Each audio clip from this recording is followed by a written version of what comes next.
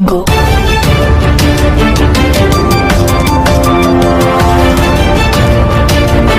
बर्तमान बड़ खबर पाणीपाग को नहीं बड़ सूचना नुआ अपडेट तेज आहरी अधिक घनीभूत हो घूर्णिबलय आज सब जिले में प्रबल वर्षार संभावना जाना संपूर्ण अपडेट क्यों सब जिला कौन रही डिटेल्स इनफर्मेशन ता पूर्व वीडियो को लाइक करूँ जदि पार्टी आपंकर सांग साथी मान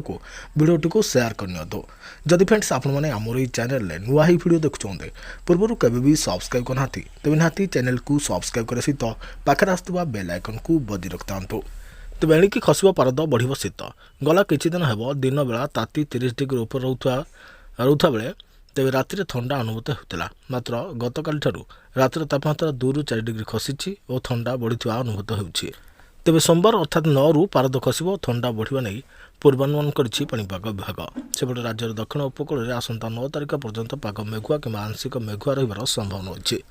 दक्षिण पूर्व अभ्यंतरण में 10 तारिख पर्यंत मेघुआ पाग रहा बेले दक्षिण पश्चिम अभ्यंतरण में 8-9 तारिख आंशिक और पश्चिम उत्तर अभ्यंतरण में 9 ରୁ 10 आंशिक मेघुआ रहीपे अन्यपटे उत्तर उपकूल में 9 तारिख को पाग मेघुआ सहित वर्षा होबार संभावना अच्छी एवं दक्षिण पूर्व बंगोपसागर सृष्टि होता घूर्णिबलय आहरी घनीभूत हो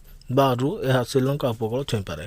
तेज 14 दक्षिण पूर्व बंगोपसागर और दक्षिण आंडामान सागर में लघुचाप रूप नेब 24 घंटे यह अवपातर रूप नहीं श्रीलंका और दक्षिण तमिलनाडु को मुहाईपारे बोली से कहते पश्चिम वायु प्रभाव में एवं रातिर तापमात्रा अधिक रोचे पश्चिम वायु प्रभाव में आज और आसंता काली किसी स्थान में वर्षा होबार संभावना अच्छे आज खोर्धा अनुगुल ढेंकानाल और जाजपुर जिले में वर्षा होबार संभावना अच्छे 8 तारिख अभ्यंतरण ओडिशा और उत्तर ओडिशा रे वर्षा होब किसी स्थान में कुआपथर वर्षा होईपारे 9 ରୁ थंडा बढ़ 10 और 11 ରେ अधिक थंडा अनुभूत हो तेज आसंता डिसेम्बर 14 तारिख में बंगोपसागर आउ एक लघुचाप सृष्टि होपारे बोली भारतीय पाणीपाग विभाग पक्षर पूर्वानुमान कर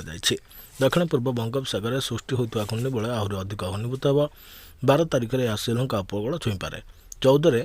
दक्षिण पूर्व बंगोपसागर और दक्षिण आंडामान सागर में यह लघुचापर रूप नेब